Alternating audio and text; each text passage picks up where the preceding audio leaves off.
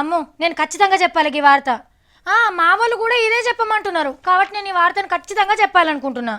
మళ్ళీ వార్తలో ఏం లోటు రాకుండా చూడాలి కదా. వార్త చెప్పకుంటేనేమో మళ్ళీ మీరు ఫీల్ అవుతారు. ఏంది నేను గిట్లా చెప్తున్నా అనుకుంటురా?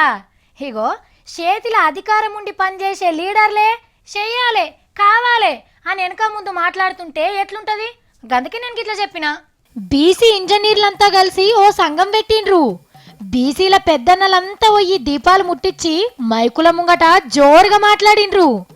బీసీ వర్గాలు ఎట్లెనకబడ్డది, ముంగట్కి రావాలంటే ఏం చేయాలనో వివరంగా చెప్పిండ్రు. మొదలు శాసన మండలి పెద్ద సామిగౌడ్ సార్ మాట్లాడిండు.